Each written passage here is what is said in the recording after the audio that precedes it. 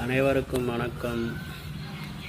நான் வழக்கறிஞர் மேகராஜ் பாண்டியன், இந்து ராஷ்டிர சபா மதுரை மாவட்ட தலைவர்.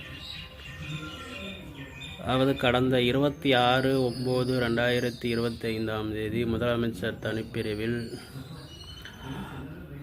மதுரை மேலமாசி வீதி, கிருஷ்ணராயர் டேங்க், தெப்பக்குளம் தெரு மற்றும் மணிநகரம் மற்றும் மீனாட்சி பஜார் எதிரில் மற்றும் தயிர் மார்க்கெட் மற்றும் ஆரப்பாளையம் உட்பட பல்வேறு இடங்களில் மதுரை திமுக பொதுக்குழு உறுப்பினர் திரு பி.டி. மணிமாறன் அவர்கள் மாநகராட்சி சாலையை ஆக்கிரமிப்பு செய்து கடை நடத்தி வருகிறார் என்றும் அந்த ஆக்கிரமிப்பை அகற்றுவதற்கு முதலமைச்சரிடம் மனு கொடுத்தோம். மனு மதுரை மாநகராட்சிக்கு ஃபார்வர்டு செய்யப்பட்டது. தற்பொழுது அந்த இடம் ஆக்கிரமிப்பு செய்துள்ள இடம்தான் என்று மாநகராட்சி அதிகாரிகளால் ஒத்துக்கொள்ளப்பட்ட போதிலும்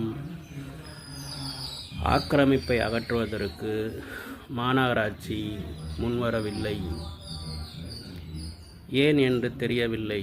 சட்டம் என்பது அனைவருக்கும் சமம்தான். சாலையை ஆக்கிரமிப்பு செய்து கடைகளை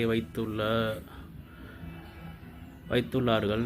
ஆனால் அந்த ஆக்கிரமிப்பை அகற்றுவதற்கு மாநகராட்சி தயக்கம் காட்டுகிறது. வெறும் அறிவுறுத்தல் மட்டும் வழங்கப்பட்டது என்று கூறி மனுவை முடித்துள்ளார்கள். அதாவது ஒரு சாதாரண மனிதன் மாநகராட்சியில் கடை போட்டிருந்தால் மாநகராட்சி என்ன வேகம் காட்டும் என்பது பொதுமக்களுக்கு தெரியும். அதிகாரம் பலம் இருந்தால் என்ன வேண்டுமானாலும் செய்யலாம் என்று மாநகராட்சி கருதுகிறதா? ஏற்கனவே இப்பொழுதுதான் 200 கோடி ரூபாய் ஊழல் புகாரில் மாநகராட்சி சிக்கியுள்ளது. இப்பொழுது ஆக்கிரமிப்பு என்று நிறுவனம் மாநகராட்சியால் ஒத்துக்கொள்ளப்பட்ட பின்பும் மதுரை மாநகராட்சி ஆக்கிரமிப்பு செய்துள்ள இடத்தை அகற்றுவதற்கு நடவடிக்கை எடுக்க தயங்குவது ஏன்? ஒருவேளை